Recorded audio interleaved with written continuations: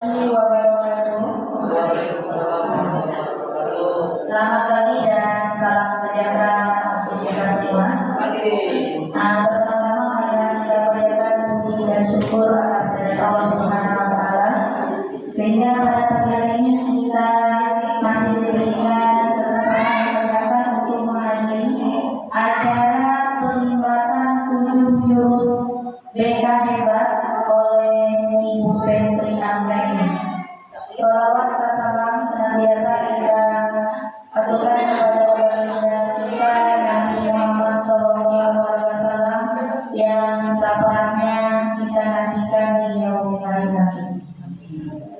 Yang pertama yang terhormat kepada Bapak Kepala Sekolah SMP Negeri 1 Simpang Lima, yang terhormat kepada Ibu Fetri Anggraini, yang terhormat Bapak Ibu Guru SMP Negeri Simpang Lima yang kami banggakan.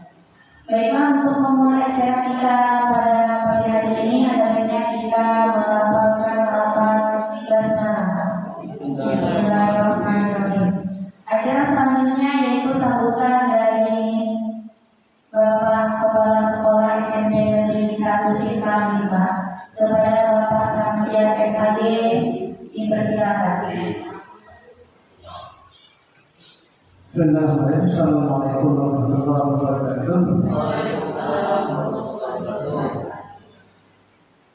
Alhamdulillah, alhamdulillah, alhamdulillah, yang saya hormati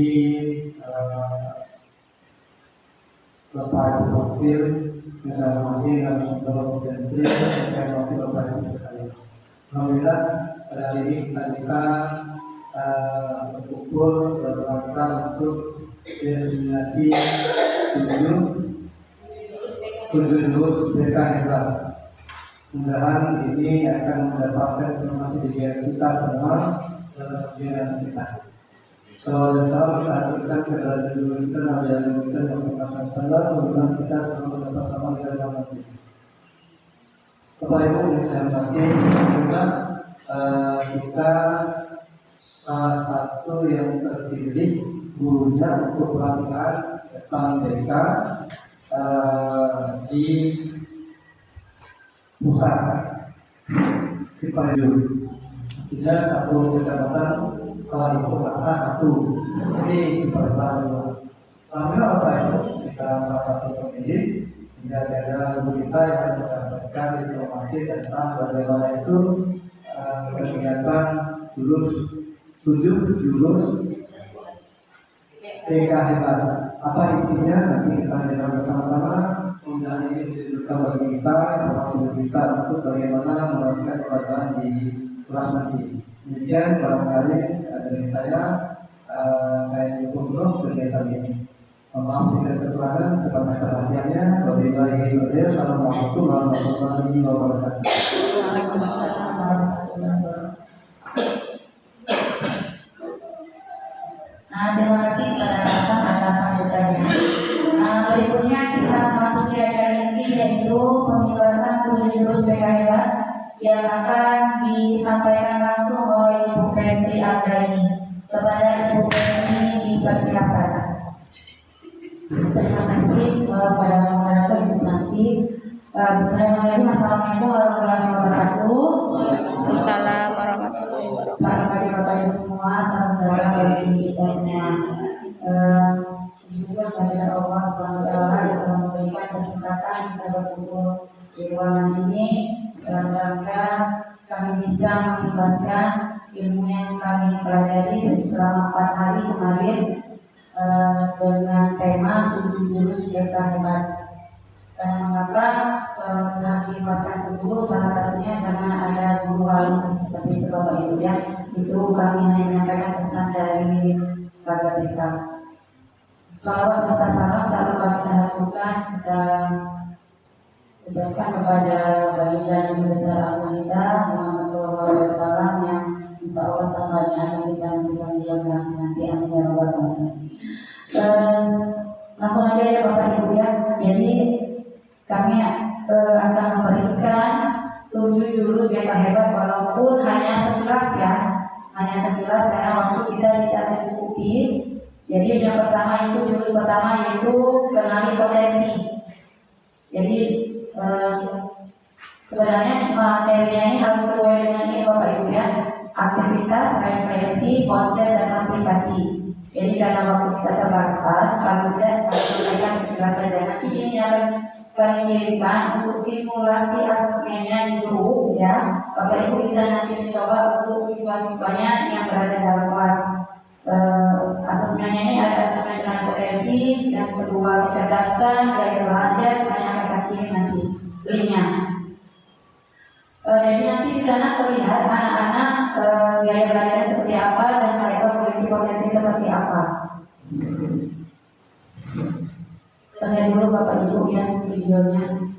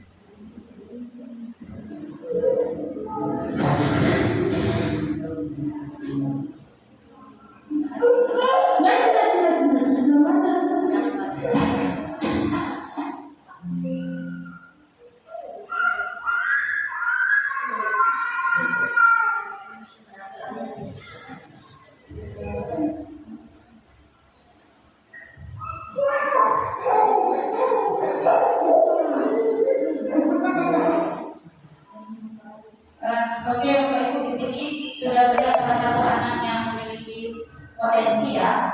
Kita menggunakan rujukan dan bagaimana dia menggunakan emosionalnya. Kira-kira menurut Bapak Ibu, jika anak itu menggunakan rujukan dan emosional bagaimana? Jadi kalau dia menggunakan logika, anak tersebut akan melihat dulu berpikir apa yang harus dilakukannya. Sedangkan yang emosional dia menunjukkan perasaannya, nangis dulu baru bisa menemukan jalan keluarnya. Seperti itulah anak-anak kita yang Bapak Ibu semuanya ya.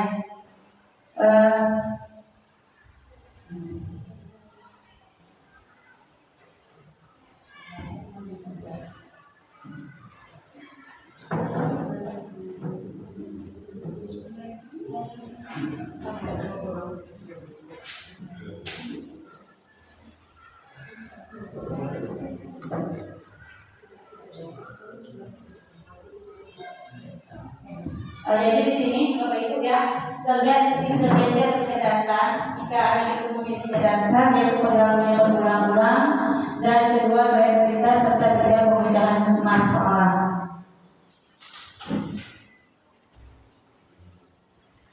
Selanjutnya yaitu kecerdasan majemuk. Jadi kecerdasan majemuk itu ada 1, 2, 3, 4, 5, 7, 8. Anak-anak kita itu memiliki kecerdasan semua, tidak ada yang tidak cerdas, karena satu anak itu pasti ada.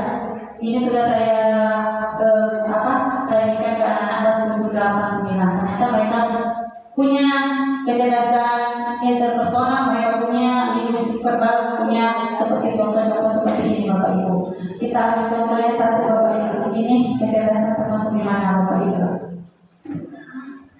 Gambar. Ya, beda. Ini Pak ya. Iya, kecerdasan di mana Bapak Ibu? Ini. Enggak kelihatan ya? Kelihatan Pak ya? Kelihatan. Pertama yaitu di sini ada cerdas linguistik verbal, kedua cerdas interpersonal, ketiga cerdas naturalistik, keempat cerdas musikal, kelima cerdas logikal matematikal, yang keenam cerdas intrapersonal, dan ketujuh cerdas body kinestetik, yang terakhir cerdas visual spasial. Mungkin Bapak Ibu, ya, body kinestetik. Mungkin Bapak Ibu sini memiliki dasar seperti ini. Kalau Pak Zia,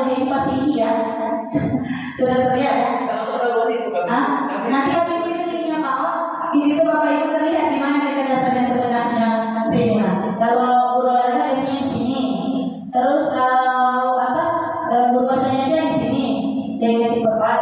Contohnya kalau cerdas di emosi verbal ini kan Bapak ini logika juga, Pak ini juga Bapak. Nah, cerdas musikal ini anak-anak yang pintar di seni. Jadi kita tidak bisa mengejar anak-anak kalau bodoh seperti itu. Mereka memiliki satu di sini, Bapak Ibu. Begitu juga anak kita di rumah. Ya, cerdas visual sosial ini yang seringkali kita abaikan Bapak Ibu. Anak-anak seperti coret-coret, misalnya gambar kita lagi ngajar seperti itu. Ya, ini dia memiliki kecerdasan ini. Nanti efeknya dia bisa seperti Pak Abdullah, pelukis nasional Indonesia. Oke, lanjut kita ke mengenali 3 gaya belajar Bapak Ibu. Jadi di sini anak-anak mungkin di sini Bapak Ibu kita akan menerapkan strategi pembelajaran yang efektif. Secara tidak langsung anak-anak kita hampir 80% memiliki gaya belajar kinestetik. Tidak bisa makan di tempat 15 menit, tidak bisa mendengarkan apa yang dijelaskan oleh guru. Jadi strategi kita di sini Bapak Ibu kalau kinestetik.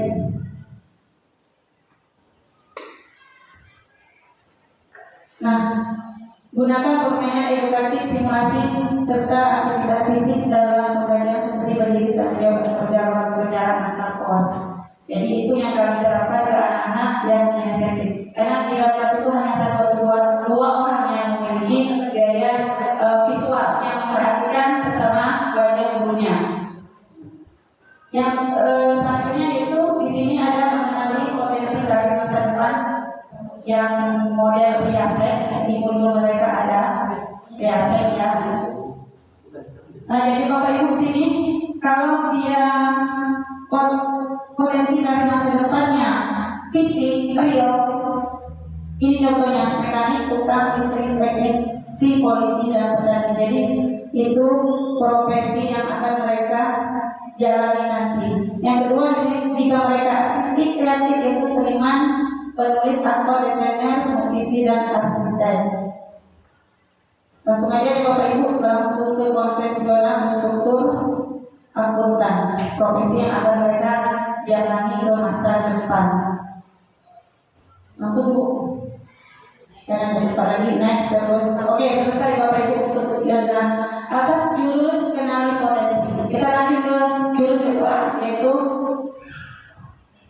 ya nggak ada kertas ya, ada nggak kertas berarti kita tahu kertas ini Pak, kertas bukan kertas ini Pak.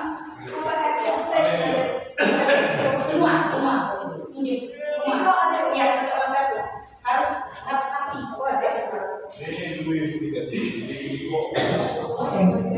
Kita bermain kertas emosi Bapak Ibu, satu saja kita bermain. Atau kita lakukan Bapak Ibu halo ya, terus usaha terus lanjut. Ini kelola emosi ya, bisa terus. Nah, oke, silakan buka Ustaz kalau video.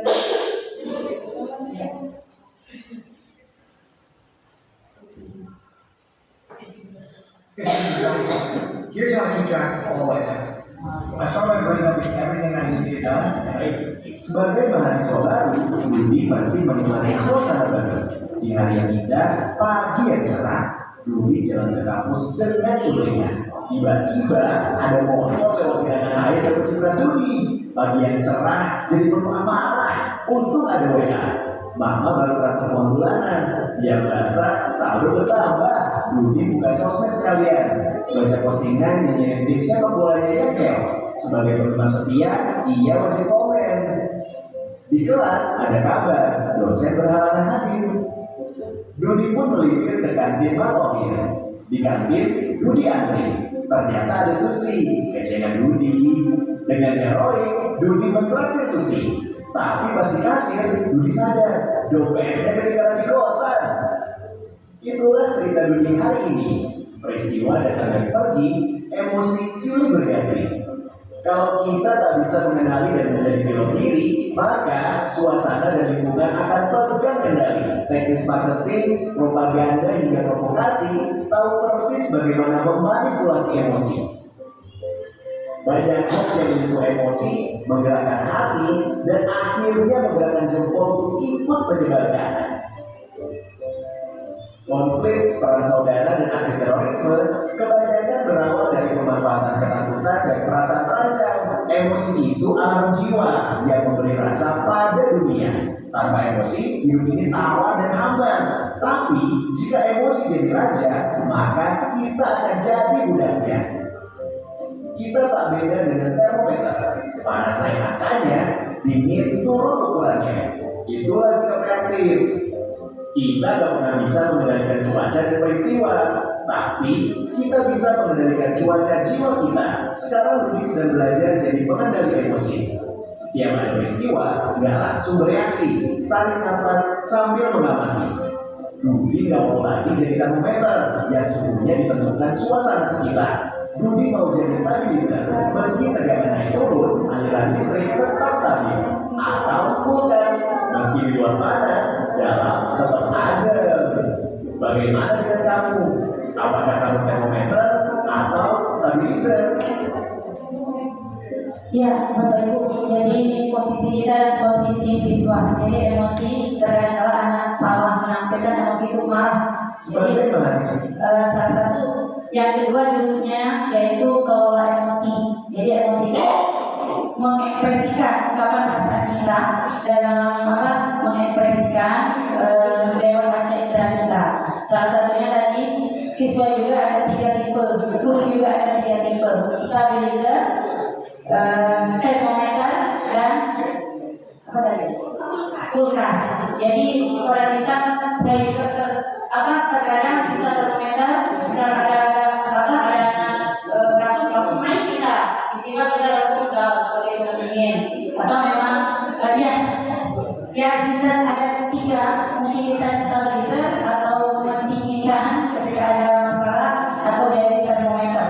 Ya, mudah-mudahan kita bisa jadi stabilizer kalau bisa. Diusahakan termometernya kita suratnya Bapak Ibu. Terus kan langsung ke selanjutnya.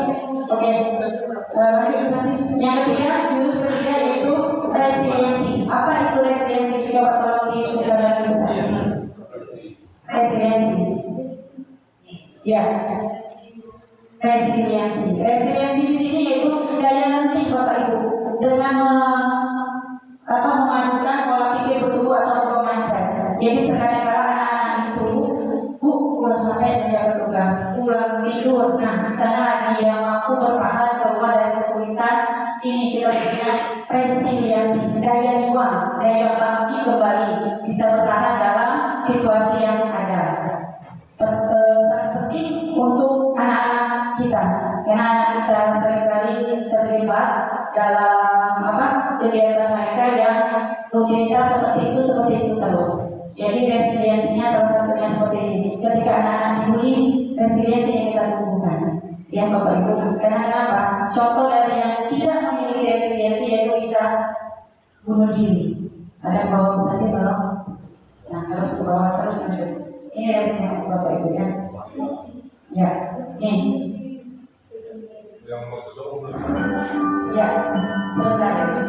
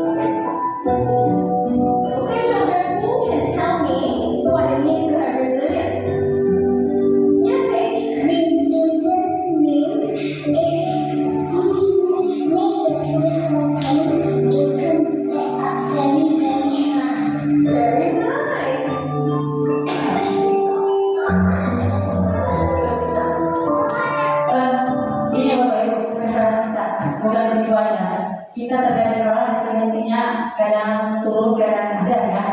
Apalagi saat kita banyak tekanan, baik itu dalam pekerjaan, tugas. Nah seperti itulah anak-anak kita. Resiliensi dengan growth mindset itu dipadukan di jurus ketiga. Jadi mereka mengapa harus memiliki daya lenting, karena salah satunya ini jika tidak memiliki daya lenting seperti ini yang akan terjadi kepada anak didik kita seperti itu. Jurus keempat langsung Bapak Ibu langsung aja ya. Jurus keempat itu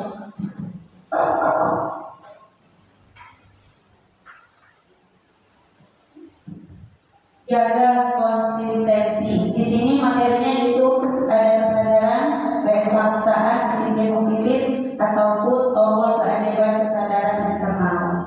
Nah, anak-anak di sini yang akan kita tumbuhkan tombol ajaib Bapak Ibu, tombol ajaib kesadaran internal. Mungkin di dalam mereka itu tombol ajaib anak-anak. Terus, nah ini Bapak Ibu tombol 10 tombol ajaib dijaga konsistensi di anak-anak. Jadi ketika mungkin anak-anak itu tidak mengerti atau apa yang kita berikan tugasnya, mungkin di antara sini mereka belum ditumbuhkan tombolnya ataupun ditekan seperti itu. Seperti ini contohnya Bapak Ibu, tujuan salah satu tujuan anak sekolah itu ketika dia tidak paham misalnya bolos atau bandel. Nah kita tekan tombol tujuan ini, kamu mau sekolah apa tujuannya seperti itu. Jadi ketika mereka sudah paham dengan tujuan ini, insya Allah mudah-mudahan dia bisa konsistensi dengan posisinya sebagai pelajar seperti itu. Sama yang kalau kita buatkan, kita terapkan ke diri kita, mudah-mudahan kita bisa sadar dalam banyak sesuatu tanpa paksaan intinya seperti itu Bapak Ibu ya. Mungkin ada pertanyaan cukup sudah 4 ya. Apa semuanya Pak sudah dikatakan? Tidak ada ya Pak. Yang kelima Bu Santi tolong. Jalan koneksi. Jadi koneksi di sini Bapak Ibu nih. Bapak Ibu minta bantuan semacam, silakan sebentar aja kita praktikkan di yang ini. Sepasang berdua maksudnya berhadapan. Seperti ini nanti kita terapkan di siswa. Karena yang terjadi di sekolah kita seperti itu dari kita. Berdua ya, pasangan ya. Tolong sweet siapa yang kalah jadi pembicara. Silakan Bapak Ibu. Nanti kita praktikkan sebentar aja. Kita sampai sama ini. Harus berdua. Iya, harus berdua. Ibu sebagai teman ya, observernya. Iya, semuanya Pak, observernya. Nanti bisa menjelaskan mereka, mereka. Oke, yang kalah sebagai pembicara ya. Oke, silakan yang kalah sebagai pembicara. Yang menang dia tidak mendengarkan apa yang dikatakan oleh temannya. Silakan melakukan kegiatan aktivitas apapun di tempat. Oke, kita mulai ya Bapak Ibu ya. Tolong observernya kita perhatikan. Yang pembicara dia membicarakan apapun yang mau dikatakannya. Cerita apapun. Satu menit saja kita contoh. Yang yang menang tadi yang duduk di tempat tapi tidak mendengarkan. Dia melakukan kegiatan apapun itu. Kita mulai ya. Dia 1, 2, 3 silakan Bapak Ibu. Sampai ngomong enggak? Nah, mau main itu bisa. Sampai nanti. Ini ngomongin masalah ini kan?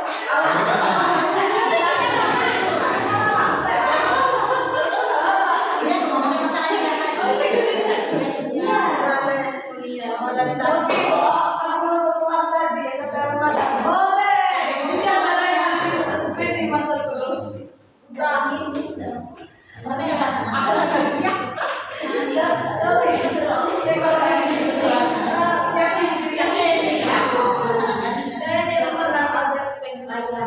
Tapi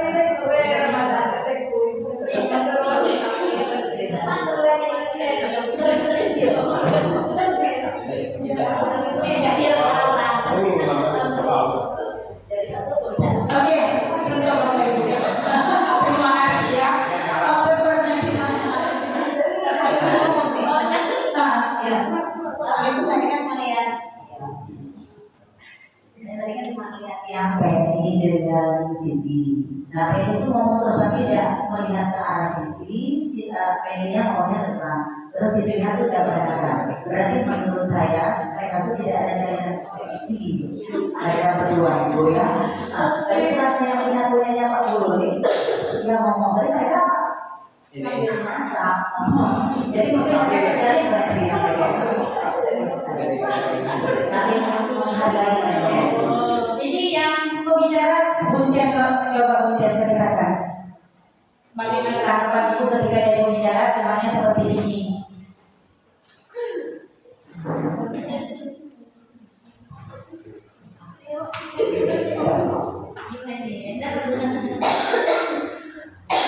Maksudnya ya tanggapan Bunces tadi berbicara dari si orang terus temannya seperti ini. Ini mulai terkait itu ya baliknya. Jadi ngomong dari apa boleh? Wah, tapi saya ngomong perhatian dia berdasarkan dia beda malah. Ternyata kemudian yang jadi itu enggak ada interaksi gitu loh, enggak pernah hebat gitu ya. Jadi orang lagi ngomong tapi posisi duduk ada dia. Inilah ibaratnya kafe menyebalkan gitu. Jadi jawabnya dari tadi dia.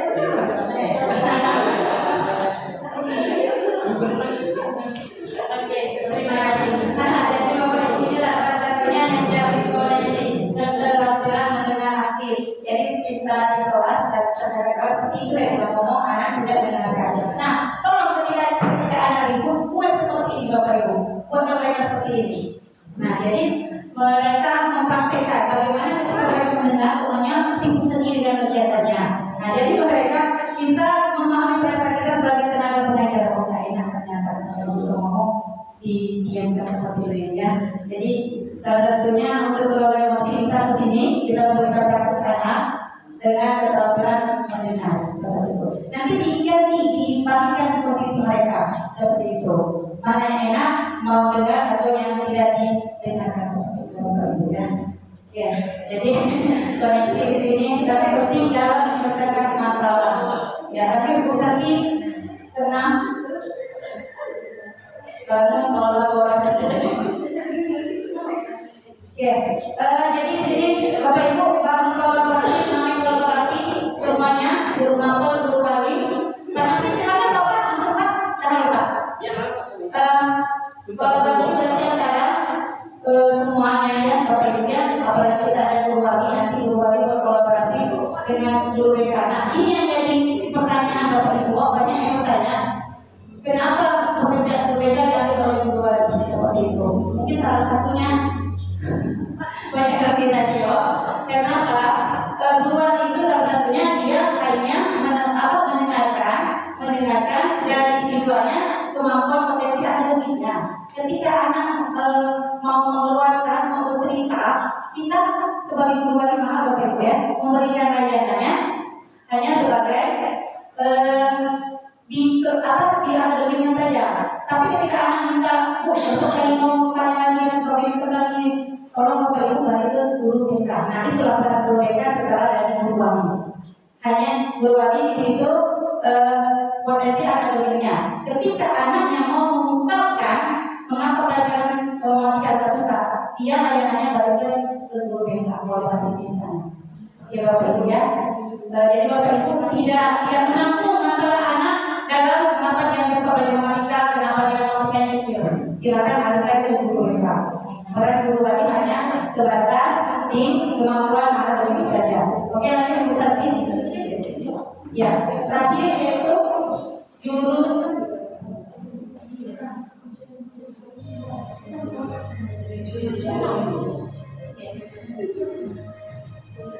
ya kan?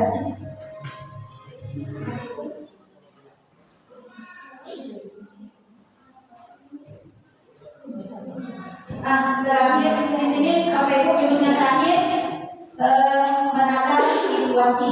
Nah, di dalam menata situasi ini Bapak Ibu sekolah harus menerapkan aman, nyaman, menggembirakan. Kemarin saya tanya Bapak pesan Bapak Ibu semuanya di dalam pesantren itu sudah dan bisa termasuk sekolah aman, nyaman, menggembirakan.